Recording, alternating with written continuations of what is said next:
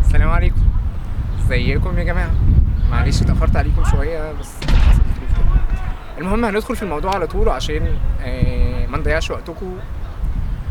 بسم الله الرحمن الرحيم. هنتكلم عن معادله الصيادله. كنت كلمتكم المره اللي فاتت عن الدراسه وعرفنا تقريبا كل حاجه عن الدراسه، ودلوقتي هنتكلم عن المعادله وان شاء الله نغطي كل حاجه في المعادله.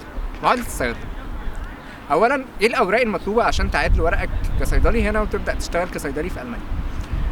يا ريت كل واحد دلوقتي يجيب ورقه وقلم ويكتب الحاجات اللي انا هقول عليها دي. اول حاجه في الحاجات دي لازم يكون معاك طبعا شهاده التخرج، تمام؟ ولازم تكون شهاده التخرج دي كل الورق اللي هقوله ده لازم يكون مترجم باللغه الالمانيه، ولازم يكون متوثق من السفاره. اول حاجه شهاده التخرج وبيان الدرجات، دول الاثنين دايما كده مع بعض. تاني حاجه شهاده حسن سير وسلوك، دي بتيجي من النقابه العامه مش من النقابه الفرعيه، دي بتيجي من النقابه العامه، بتبقى شهاده حسن سير وسلوك، بتكون مترجمه باللغه الانجليزيه وبعد كده انت تاخدها زي ما هي مترجمه باللغه الانجليزيه كده وتترجمها للغه الالمانيه وبعد كده بتوثقها برضه في السفاره. في ترخيص مزاوله المهنه، وترخيص مزاوله المهنه ده برضه المفروض ان هو يكون بالالماني، هو كده بيطلع بالعربي فالمفروض ان انت تترجمه للغه الالمانيه، تمام؟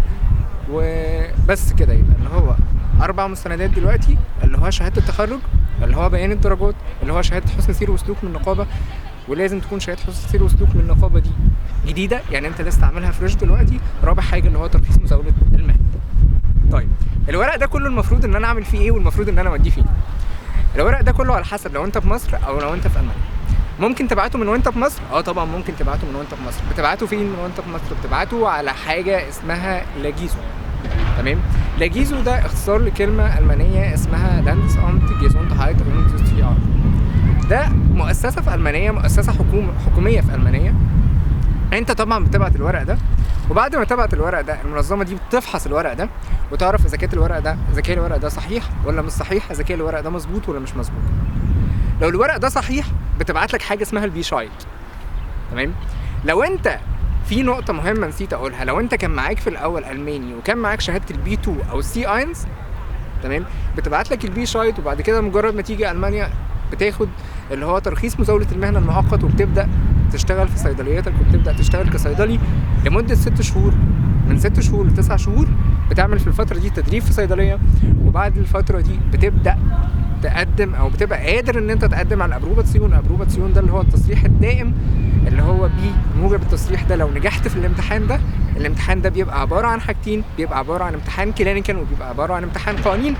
لو نجحت فيه ساعتها بتبقى صيدلي الماني، لا مش صيدلي الماني حضرتك، صيدلي اوروبي، تقدر تشتغل في الاتحاد الاوروبي كله. في الفتره دي تبدا تاخد اللي هو مرتبك، اللي هو مرتب الصيدلي اللي هو في المانيا. في الفتره اللي انت بتعمل فيها تدريب اللي هي 6 شهور، من 6 شهور ل9 شهور بتاخد اللي هو مرتب عادي جدا اللي هو حوالي 10 يورو في الساعه، ده ماكسيموم. يعني لو بتشتغل 6 ساعات بتاخد لك 60 يورو في اليوم. طيب هل في فرق او ده نظام معين؟ طب لو انا موجود في المانيا، لو انت موجود في المانيا برضو كل الورق ده بتروح وبتقدمه، ولو انت معاك شهاده البي 2 او سي اينز اللي هو ساعتها بتبدا برضو تقدر تحصل على ترخيص مزاوله المهنه. الترخيص ده بيبقى مؤقت، بعد كده بتدخل ابروباتسيون بيبقى تصريح دائم. طيب الموضوع ده صعب؟ والله العظيم الموضوع ده مش صعب، الموضوع ده سهل. طبعا الموضوع ده سهل. في ناس كتير بتقولك ان الموضوع ده اختلف من زمان واختلف من دلوقتي، وكان زمان اسهل ودلوقتي اصعب. لا، انا بقولك ان دلوقتي اسهل ببساطه، لان زمان ما كنتش تقدر تيجي هنا الا ما يكون معاك البي 2 او السي اينز. دلوقتي تقدر تيجي هنا من وانت معاك الاتسفاين، من وانت معاك البي اينز، من وانت مش معاك لغه خالص، وتبدا تدرس لغتك كلها هنا، تمام؟ او حتى تكمل لحد ما توصل للبي 2 او السي اينز. طيب يبقى دلوقتي انا بقول لكم ان في امل، تمام؟ والمفروض ان احنا بالامل ده، تمام، ان احنا نبدا نشتغل ونبدا نتعب ونبدا نيجي على نفسنا لحد ما نوصل لحلمنا ونوصل لهنا. الموضوع مش صعب خالص، والموضوع يستاهل، والله بجد الموضوع يستاهل يستاهل يستاهل. والحياه هنا مش صعبه زي ما الناس بتقولها، هي حياه. انت كل ما هتتعب كل ما هتلاقي، يعني انت مش هتبقى قاعد مرتاح وهتلاقي كل حاجه جايلك لحد عندك. زي ما قلت لك قبل كده اللي هو انا موجود هنا عشان اساعدك، وانا بتمنى ان انا اساعدك، وانا اللي بعرض المساعده دي، تمام؟ الموضوع مش صعب.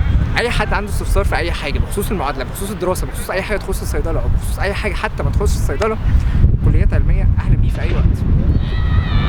انا موجود على الفيس دايما طول الوقت، على اليوتيوب برضه موجود طول الوقت.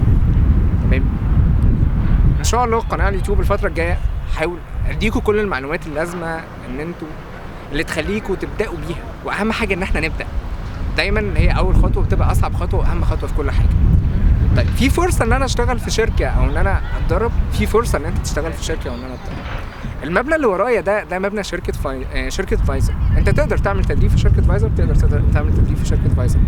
ناس كتيره جدا بتحلم ان هي بس تعدي من قدام شركه فايزر، لا انت تقدر تعمل فيها تدريب، تقدر تبقى حد مهم جدا فيها، وتقدر في يوم من الايام تبقى مدير الشركه، وتقدر تبقى صاحب الشركه كمان. بس لو انت صدقت ده، لو انت صدقت حلمك وحبيت ان انت توصل له وعملت كل اللي تقدر عليه عشان توصل. والله يا جماعه اللي هو يعني بحكم الحاجات اللي الواحد شافها هنا، اتعب، وعلى قد ما هتتعب هتلاقي. واعرف ان الله لا يضيع اجر من احسن عملا. الجمله دي قلتها الفيديو اللي فات، وهقولها الفيديو ده، وهقولها في كل الفيديوهات. حياتك حلوه قوي، انت في ايديك تخليها حلوه قوي، تمام؟ وانت في ايديك ان انت تغيرها، وانت في ايديك ان انت تبقى حد سبيشالايزد، مش تبقى مجرد فرد زيك زي اي حد في الدنيا دي كلها. الفتره الجايه ان شاء الله انا هكون معاكم على طول، وهكون معاكم على طول الشانل على اليوتيوب اللي هو هننزل كل حاجه. وكمان هيبقى بيجي مفاجاه للناس اللي هي عايزه تتعلم لغه من الاول وهي مش قادره ان هي تتعلم لغه. ان شاء الله هجيب لكم حد يعلمكم لغه اونلاين ويكون الماني، وكل ده فري. وحتى اصحابي المهندسين، وحتى مش اصحابي، كل الناس اصحابي وكل الناس حبايبي، اللي هو برضه هيبقى ليهم مفاجآت قريب جدا، وهيبقى فيه فرص تدريب وفرص شغل. بس انت اتعب. الناس كمان اللي هي عايزه تدرس، واللي هي حابه تدرس، واللي هي مش لاقيه ازاي تبدا او مش عارفه ازاي تبدا، وبتروح للشركات او بتروح للمكاتب، مواضيع النصب والحاجات دي كلها، انت تقدر تعمل كل حاجه بنفسك. وانا موجود عشان اقول لك انت ازاي تقدر تعمل كل حاجه بنفسك، وان انا ابين لك، ارسم لك بس خريطه الطريق. لا بلاش خريطه الطريق دي عشان في ناس، ان انا ارسم لك، ان انا ابين لك الرؤيه، انت حابب تدرس هتوصل ازاي، هتتواصل مع الجامعه ازاي، اللي هو ايه اقصر طريق، وايه امن طريق، وايه اضمن طريق، ايه الاوبشنز اللي موجوده بالنسبه لك. نرجع تاني لموضوعنا اللي هو الصيدله هنا في المانيا حاجه من الحاجات المهمه جدا. ليه؟ لان عدد الصيادله الالمان اللي موجودين مش كتير، تمام؟ فهي بالتالي المهنه اصلا مطلوبه، فكل ما كان الحاجه مطلوبه كل ما كانت حاجه كويسه جدا جدا. احنا دلوقتي انا تقريبا قلت كل حاجه النهارده. اي حد عنده سؤال، اي حد عنده استفسار، يقدر يتواصل معايا على الفيس، يقدر يتواصل معايا على اليوتيوب، تمام؟ انا بقول لكم دايما ان انا معاكم طول الوقت، ولو في اي حد عنده استفسار انا هكون مبسوط بده جدا، تمام؟ ويا رب ربنا يوفق الجميع. وهفضل اقول لكم دايما the power of hope. خلي عندك امل، خلي عندك استعداد، خلي عندك نشاط، ما تخليش حد يحبطك، اجري ورا هدفك، صدق حلمك، وهتلاقي كل حاجه تمام، والدنيا هتظبط معاك. واشوفكم على خير ان شاء الله. السلام عليكم.